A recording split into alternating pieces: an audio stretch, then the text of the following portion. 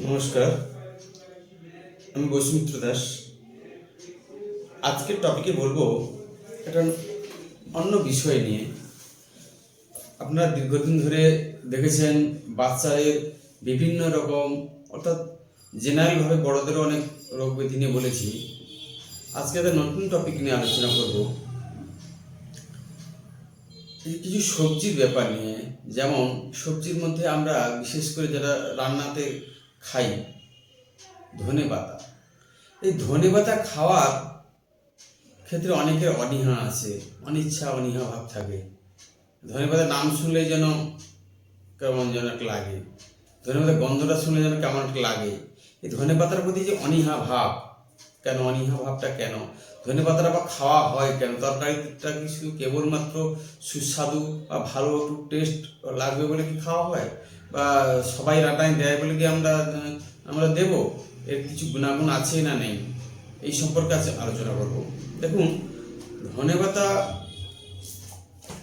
একটা সবজি মতন করেই ব্যবহার করা হয়, বিভিন্ন রান্নাবান্নার সাথে, বিশেষ করে তরকারিতে দেওয়া হয়। সেটা আমরাও দিই, আপনারাও দেন। ধনেপাতা খাওয়ার উপকারিতা কি, কেন খাবে? এটা সবজিতে ব্যবহার করা হয়, বিভিন্নভাবে বিভিন্ন রান্নায় ব্যবহার করা হয়।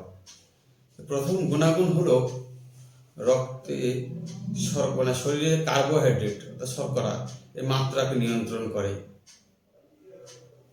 কোলেস্টেরলকে, খারাপ কোলেস্টেরলকে বাড়তে না দেওয়া এবং ভালো কোলেস্টেরলটাকে কমিয়ে রাখা, সব দিক থেকে নিয়ন্ত্রণ করে।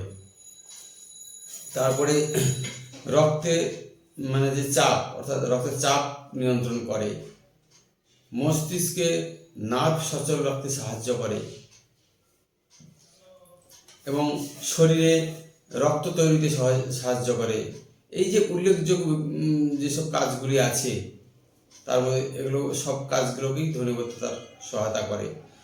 এবং বিভিন্নভাবে শরীরে অ্যান্টিঅক্সিডেন্ট প্রচুর পরিমাণে থাকার জন্য খারাপ টক্সিন জাতীয় পদার্থগুলোকে বের করে দেয়। তারপরে বিভিন্ন ভিটামিনের কাজ করে, বিশেষ করে এ এবং সি। ভিটামিন এ প্রচুর পরিমাণে থাকার জন্য চোখের সমস্যা দূর করে।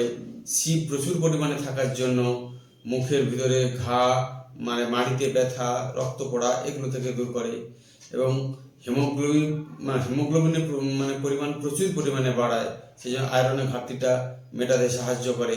বিভিন্নভাবে এই যে ঠান্ডা, সর্দি, কাশি, এগুলোকে প্রোটেক্ট করে। ত্বকের উজ্জ্বলতা বাড়ায়, শরীরে একটা গ্লো আনে। তারপরে ত্বকের চুলের একটা সৌন্দর্য বজায় রাখে। চুলগুলোকে মোটা করতে সাহায্য করে, চুল পড়া থেকে প্রোটেক্ট করে, দূরত্বে রাখে।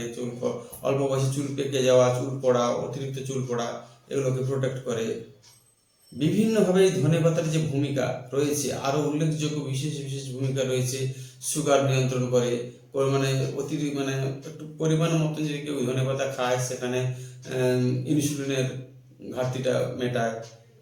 এইভাবে হাড় মজবুত করতে সাহায্য করে, থাইরয়েড কন্ট্রোল করতে সাহায্য করে। ধনেপাতার বিভিন্নভাবে কাজ, অনেক উল্লেখযোগ্য কাজ রয়েছে। অর্থাৎ ধনেপাতাকে কেউ অবহেলা করবেন না। ধনেপাতার অনেক অনেক কার্যকারিতা রয়েছে, অনেক উল্লেখযোগ্য কার্যকারিতা রয়েছে। বাচ্চা বড় সবাই খেতে পারে, আপনারাও সবাই। তাহলে আজ থেকে ধনেপাতার প্রতি অবহেলা নয়, সমানভাবে সবাই খেতে চাইবেন এবং খাবেন।